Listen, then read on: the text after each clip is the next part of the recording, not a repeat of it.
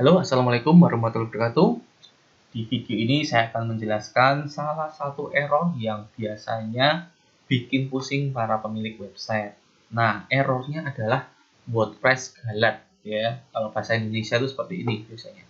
WordPress galat, terus ada error serius pada situs website Anda. Pelajari lebih lanjut, bla bla bla. Seperti ini. Atau kalau websitenya menggunakan bahasa Inggris, nanti errornya seperti ini ya teman-teman. There has been a critical error on your website. Intinya seperti ini. Jadi critical error. Gitu. Error-error seperti ini sebenarnya penyebabnya banyak teman-teman. Dan kita nggak bisa asal langsung mengambil kesimpulan bahwa hostingnya lah penyebabnya. Tapi ada banyak penyebab-penyebab yang nanti akan saya jelaskan. Jadi Anda sekalian bisa belajar cara ngatasin masalah ini, sekaligus Anda itu juga bisa berpikir dengan jernih ketika ada error, tidak langsung mencari kambing hitam tanpa belajar apapun dari permasalahan ini. Ya. Oke, sekarang saya jelaskan error seperti ini tuh sebenarnya kenapa sih? Ya, jadi bagi orang-orang yang berkecimpung di dunia perwebsitean, kita perlu tahu error-error yang sering terjadi pada website. Jadi ketika terjadi permasalahan seperti ini, nah itu teman-teman bisa handle sendiri langsung tanpa harus bertanya, tanpa harus menunggu bantuan dari orang lain. Nah, sekarang saya kupas satu persatu nih. Penyebabnya apa sih error seperti ini? Yang pertama adalah update plugin atau theme yang dilakukan itu tidak sempurna. Gitu. Jadi mungkin sering teman-teman itu ketika punya website itu kan update versi ya. Di dashboard WordPress itu ada notifikasi update, kemudian teman-teman melakukan update gitu ya. Nah, ketika melakukan update ini, kadang-kadang ada kendala script yang tidak terupdate dengan sempurna atau data yang tidak terdownload dengan sempurna dari server penyedia theme atau pluginnya. Gitu. Jadi cara kerja update itu gini teman-teman. Ketika ada update ya, itu kita klik tombol update, website kita itu mendownload data baru dari server si penyedia theme atau plugin tadi. Atau kalau dari WordPress ya, mendownload data baru dari sumber datanya WordPress. Kemudian di-copy, dimasukkan ke situs kita. Nah, cuman kadang-kadang di situ ada kendala transfer file. Entah itu karena koneksi dari sisi penyedia datanya bermasalah, atau dari kita juga ada koneksi yang tidak lancar gitu. Jadi koneksi yang mungkin ada gangguan beberapa detik itu juga bisa berpengaruh teman-teman. Kayak gitu. Nah, karena kendala seperti itu, file yang di-download itu tidak sempurna. Apakah itu filenya kurang, atau kalau itu berupa scriptnya belum keambil semua kayak gitu. Nah, efeknya kalau hal seperti itu terjadi, data tidak bisa ditampilkan dengan sempurna, tidak dapat diproses dengan sempurna, akhirnya menyebabkan error seperti ini. Ini bisa terjadi pada situs yang diupdate secara otomatis ya, menggunakan auto update jika auto update pada WordPress-nya itu diaktifin, atau teman-teman melakukan update secara manual. Itu sama saja, bisa terjadi seperti itu. Nah, solusinya gimana? Solusi paling mudahnya ya, cara paling mudahnya, cara paling awamnya itu teman-teman bisa download plugin ataupun theme ataupun WordPress-nya secara manual, kemudian ditimpakan di file manager website milik teman-teman gitu. Kalau WordPress ya berarti diletakkan di dalam dokumen root-nya gitu ya. Misalkan dokumen root-nya di public HTML, berarti ditimpakan di situ. Nah, kalau plugin ya berarti nanti ditaruh di folder plugin. Folder plugin itu letaknya di dalam dokumen root WordPress-nya, kemudian WP content, directory atau folder plugin. Kayak gitu. Kalau theme ya berarti dokumen root, WP content, kemudian directory atau folder theme. Seperti itu. Nah, terus gimana caranya kita bisa tahu errornya di sebelah mana? Kan cuma seperti ini ya. Nah, cara mengatasinya teman-teman bisa melakukan debug. Nah, ini ya, pemecahan masalah di WordPress ini kalau dalam bahasa Inggris ini debug. Nah, ini ya debugging. Jadi ini istilah teknis di dalam perwebsitean seperti itu, pemrograman lah. Itu namanya debugging, itu untuk melihat pemecahan masalah. Nah, debugging itu caranya gimana? Debugging ini kita bisa masuk ke dalam file manager. Jadi misalkan ini ya. Nah, ini tadi saya pakai situs ini sebagai demo. Kita masuk ke cPanel ya kan. Ya, kemudian masuk ke file manager. Di sini cari yang namanya public HTML. Nah, ini kan dokumen root si WordPress-nya. Kemudian teman-teman cari yang namanya wp-config. Ya, wp-config, edit. Terus cari yang di sini namanya wp-debug ya. Ini teman-teman ubah jadi true. Save ya. Jadi ini untuk melakukan aktivasi wp-debug. Nah, sekarang kita coba akses website yang error tadi. Ini sengaja saya errorin untuk pembelajaran ya. Ini tinggal di refresh. Nah, maka pesan error yang sebenarnya itu akan muncul, teman-teman. Nah, kenapa si WordPress cuma menampilkan seperti itu tadi? Itu dilakukan supaya website teman-teman itu lebih aman. Karena ketika ada yang error pada script, bisa jadi di situ ada celah yang bisa dimanfaatkan oleh hacker untuk menyusupi website teman-teman. Makanya dibuat aman dengan mencantumkan error seperti tadi, dengan mencantumkan error critical error gini doang, tulisan ini doang, gitu ya. Itu juga salah satu dari bagian keamanan juga. Gitu. Nah, setelah didebug nanti baru muncul nih error sebenarnya seperti apa. Kalau errornya sudah muncul seperti ini, kita tinggal cari lokasinya di mana. Ini ya, home sini, wp content plugin duplicate page. Oh, berarti masalahnya ada di plugin duplicate page. Filenya duplicatepage.php online 381 di baris 381 kayak gitu. Ya, berarti kita tinggal cari nih plugin namanya duplicate page. Ya, ini di sini plugin kan letaknya di wp content. Plugin cari duplicate page mana ya? Nah, ini ya. Nah, terus tadi kan di duplicatepage.php line atau baris 381. Cari edit 381 ini nomor barisnya. Jadi di editor cPanel itu sudah ada nomor barisnya seperti ini, teman-teman enak. Nah, ini ya. Ini kan ada tanda silang.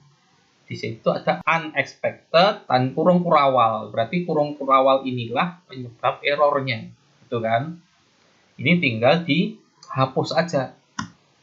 Nah, tanda silangnya hilang. Teman-teman tinggal save.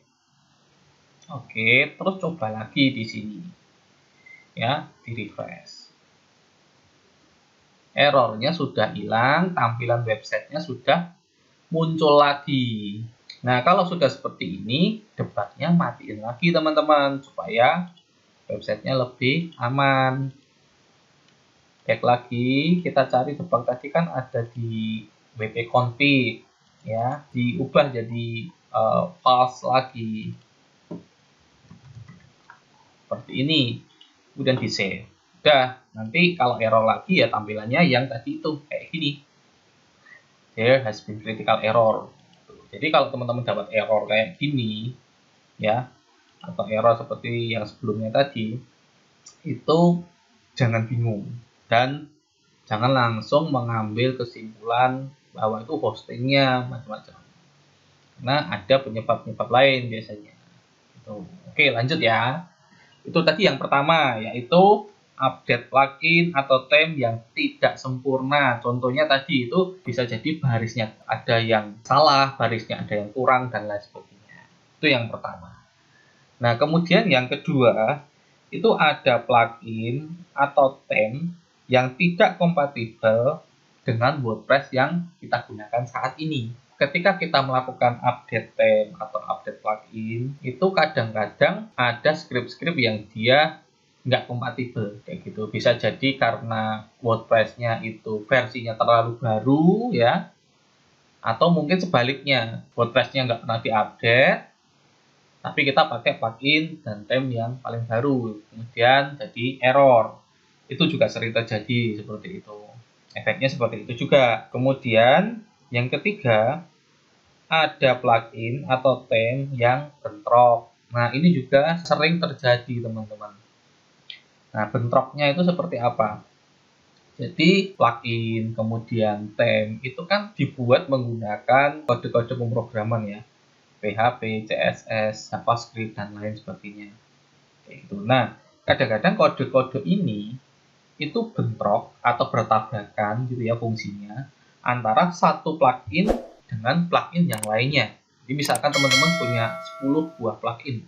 Nah, itu si plugin yang sudah diinstal duluan itu kadang bentrok dengan plugin baru yang baru aja diinstal karena ada script-script di situ yang mungkin memiliki kesamaan dan lain sebagainya. Seperti itu. Atau bisa jadi antara plugin dengan theme-nya itu yang bentrok. Itu juga bisa jadi. Gitu, karena ada function-function yang sama dan lain sebagainya. Gitu. Jadi bentroknya antar script, antar kode pemrograman itu juga bisa menyebabkan error. Gitu. Kemudian yang keempat, ada kesalahan pada codingan. Nah, kesalahan pada codingan ini mungkin mirip-mirip dengan kesalahan pertama tadi. Jadi, kesalahan pada codingan ini bisa jadi codingannya belum lengkap, fungsinya belum tercopy sempurna, dan lain sebagainya. Tapi ada juga yang murni memang codingannya salah.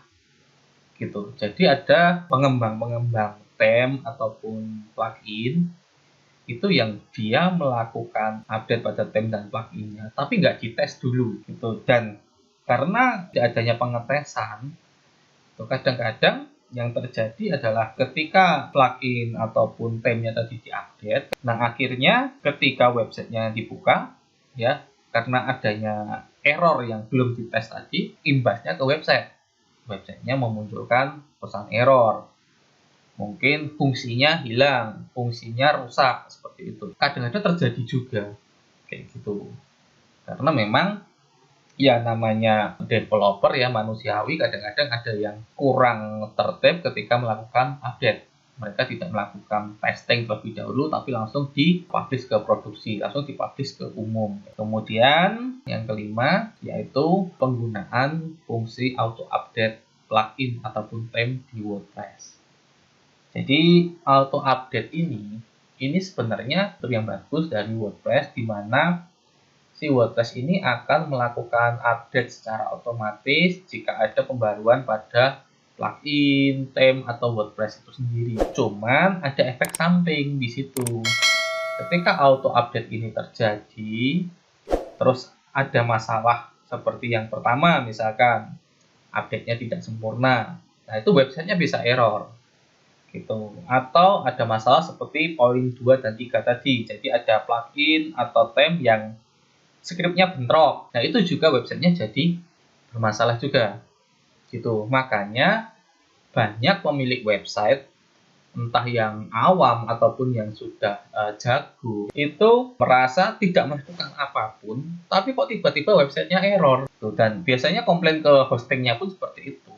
Saya nggak pernah ngapa-ngapain, Mas. Saya terakhir buka website tuh sekitar seminggu yang lalu, sekitar berapa bulan yang lalu. Tapi hari ini websitenya ketika dibuka kok error. Ini kenapa? Nah, lagi-lagi yang biasanya jadi kambing hitam itu adalah hostingnya. Padahal ya biasanya ya ini tadi karena efek samping dari auto update. Jadinya kalau saya pribadi ya, itu biasanya auto update ini nggak saya aktifin ya, tapi saya tetap melakukan update secara berkala.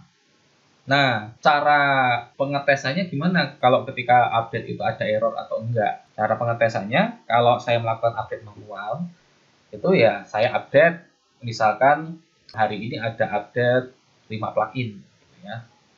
Setelah update, ya, setelah saya melakukan update ke 5 plugin tersebut, itu saya tes akses websitenya, gitu. Jadi bukan cuma update terus dibiarin, tapi setelah update itu dites lagi apakah websitenya bisa berjalan dengan normal atau tidak.